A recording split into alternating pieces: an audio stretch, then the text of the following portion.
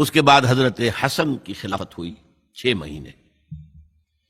لیکن اب جب جنگ کا معاملہ ہوا تو حضرت حسن نے دستبرداری اختیار کر لی، حضرت معاویہ کو تسلیم کر لیا خلیفہ.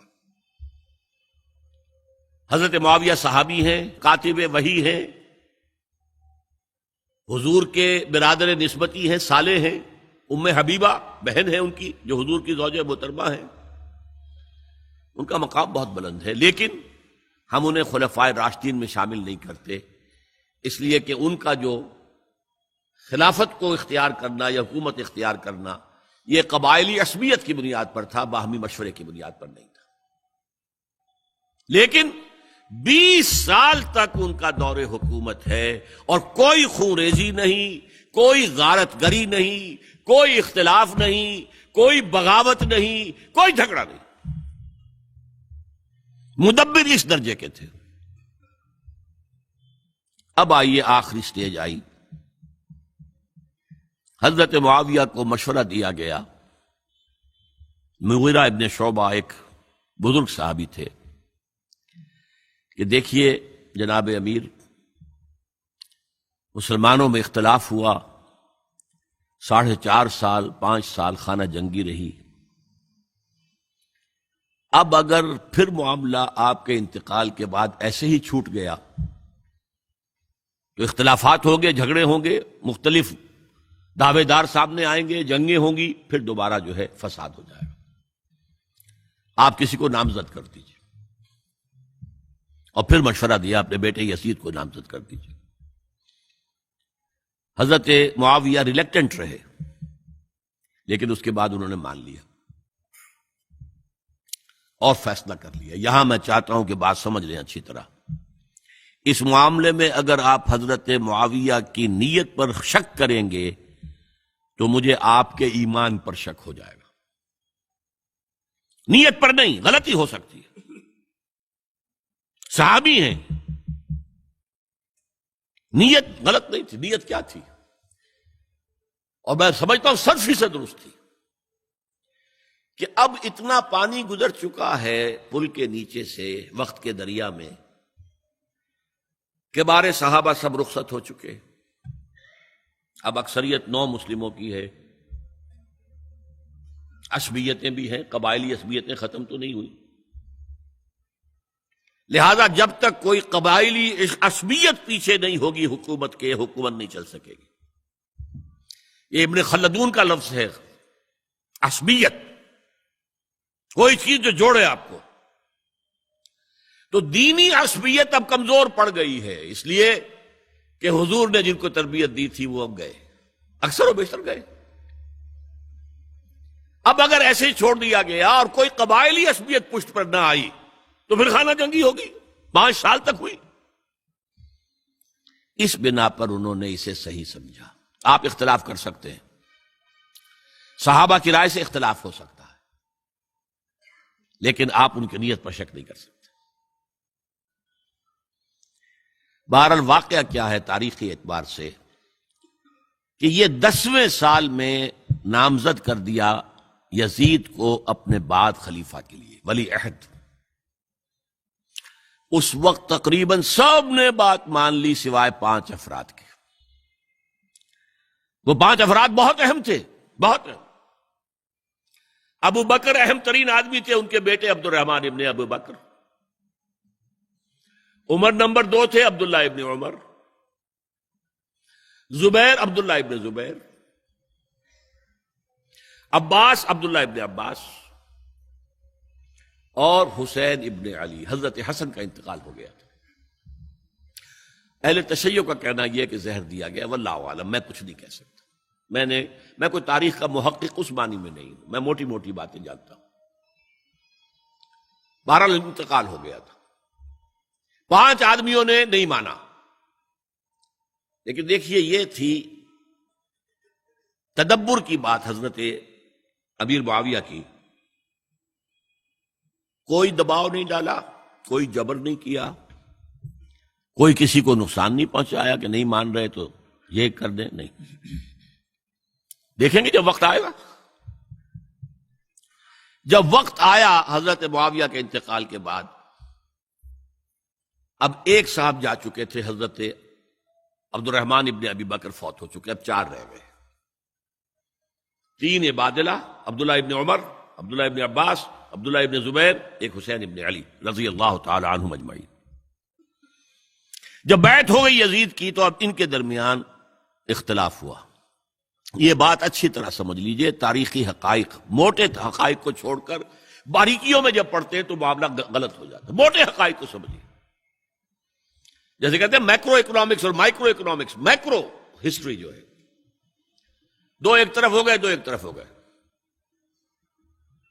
عبداللہ ابن عباس کی رائے ہوئی کہ اگرچہ یہ غلط کام ہوا ہے، یہ قیصر و کسریٰ کی سنت پر عمل ہو رہا ہے، لیکن یہ ایسی بڑی بات نہیں ہے کہ خون ریزی شروع کر دی جائے اور امن و امان ختم ہو جائے۔ یہی بات عبداللہ ابن عمر کی ہو گئی، یہ 2 تو ایک جا ہو گئے۔ مصلحت کہہ لیں جو بھی سمجھے، لیکن نیت پر حملہ نہیں کر سکیں گے آپ۔ دیانتاً انہوں نے یہ سمجھا کہ اب جب کہ ہو گیا معاملہ تو ٹھیک ہے۔ حرام مطلق تو کہیں نہیں لکھا ہوا قرآن کے اندر کہ بیٹا نہیں ہو سکتا، کہیں نہیں لکھا ہوا۔ بہرحال ان 2 کی رائے یہ ہوئی کہ اگرچہ کام غلط ہے لیکن اتنا غلط نہیں ہے کہ اس کو چیلنج کیا جائے اور اس سے جو ہے خانہ جنگی شروع ہو جائے اور فساد شروع ہو جائے۔ 2 کی رائے یہ ہوئی کہ نہیں، we have to challenge it come what may. Abdullah ابن زبیر، حسین ابن علی رضی اللہ تعالی عنہما یا عنہم، تو یہ 2 علیحدہ۔ ان 2 میں اب اختلاف ہوا۔ عبداللہ ابن زبیر کی رائے یہ تھی کہ یہی مقیم رہو مکے میں، حجاز میں، مکے اور مدینے میں، یہاں سے ریزسٹنس موومنٹ ہم شروع کریں گے، کیونکہ یزید کی خلافت تو دمشق میں تھی، بہت دور۔ حضرت حسین کو خطوط آ رہے تھے کوفے سے، کوفہ حضرت علی کا صدر مقام رہا تھا، اور جن سبائیوں نے فتنہ پیدا کیا تھا حضرت عثمان کے خلاف وہ بھی وہیں آباد تھے۔ انہوں نے خطوط کا تاغا باندھ دیا، آپ آئیے ہم آپ سے بیعت کریں گے اور کھڑے ہوں گے اور مقابلہ کریں گے اور اس یزید کی حکومت ختم کریں گے۔ ڈاک کے تھیلے بھرے ہوئے۔ حضرت حسین نے فیصلہ کیا کوفے جانے کا، بہت روکا۔ عبداللہ ابن عباس بہت ان سے بزرگ تھے عمر میں، اور ویسے بھی ایک اعتبار سے نانا تھے، ایک اعتبار سے پڑدادا تھے۔ حضرت عبداللہ ابن عباس حضور کے چچا زاد بھائی تھے، تو نانا ہو گئے کہ نہیں؟ حضور نانا تھے کہ نہیں؟ اور حضور کے چچا تھے حضرت عباس، ان کے بیٹے ہیں یہ۔ تو اس اعتبار سے حضرت علی رضی اللہ تعالیٰ عنہ کے کیا ہو گئے؟ چچا۔ بہرحال میں کچھ گڑبڑ کر رہا ہوں اس وقت۔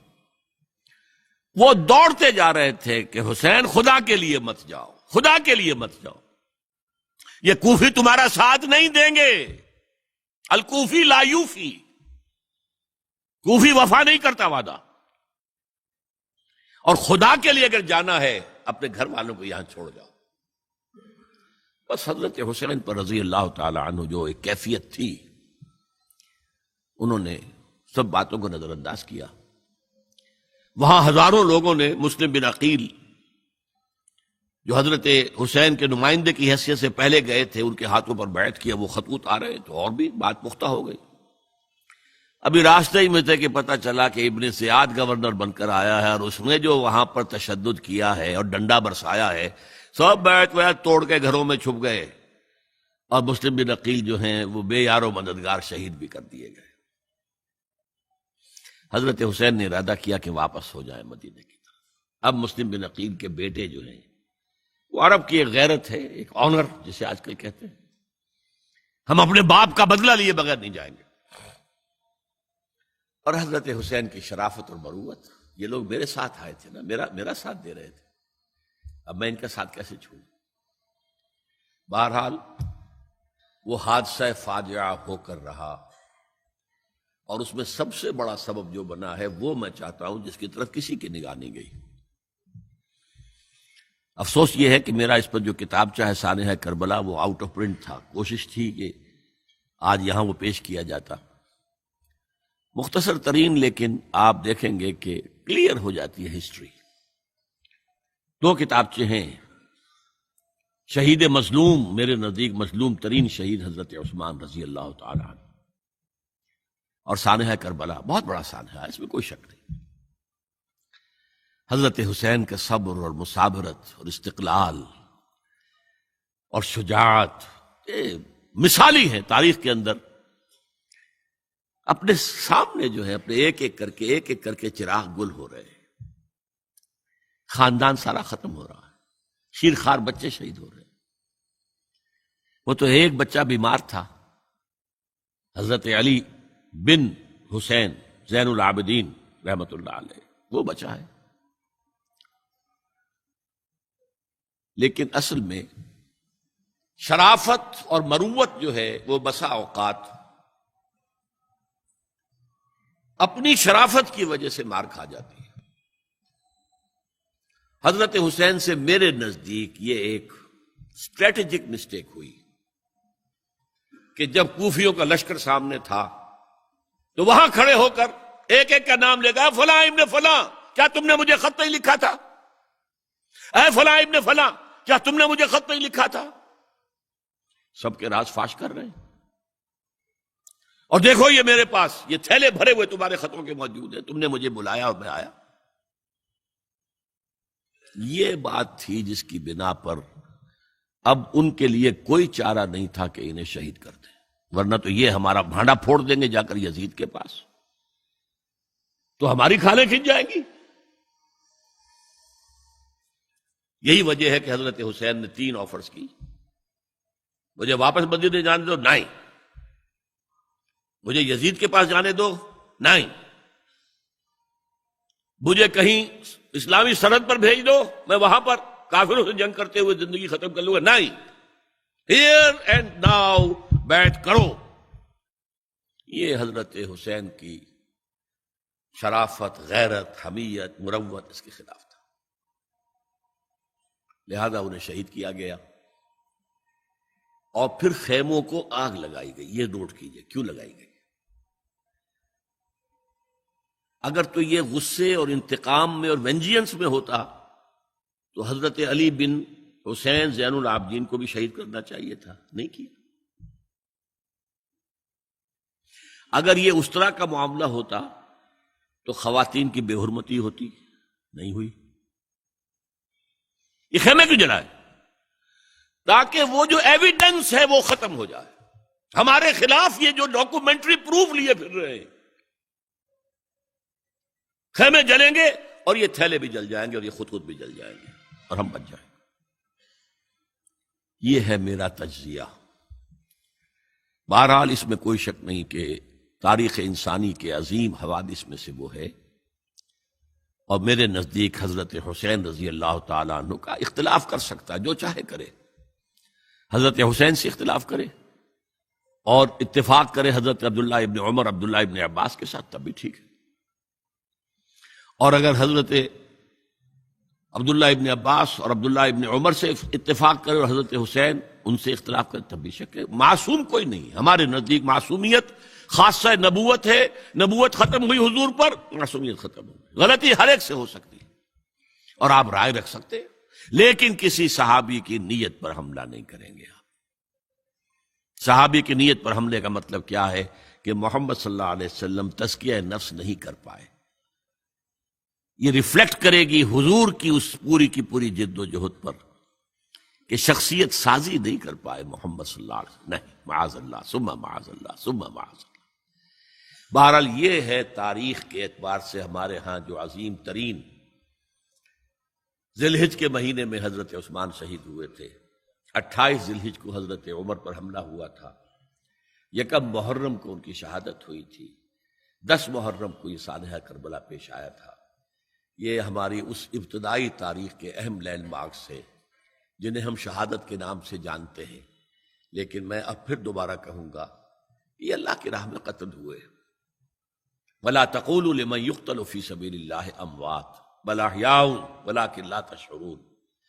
ولا تحسبن الذین قتلوا فی سبیل اللہ امواتا بل احیاء عند ربہم یرزقون، لیکن وہ شہادت علی الناس کی ذمہ داری جو مجھ پر اور آپ پر ہے، حضرت حسین کو یاد کر لیں، حضرت عثمان کو یاد کر لیں، ان کے لیے کوئی رنج اور غم کا اظہار کر لیں، اس سے کچھ حاصل نہیں ہے۔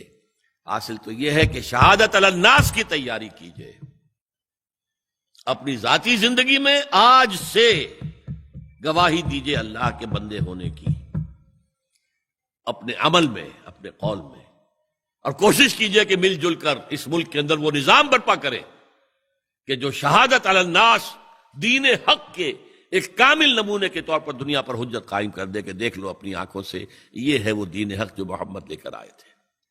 اللہ تعالیٰ مجھے اور آپ کو اس کی توفیق عطا فرمائے۔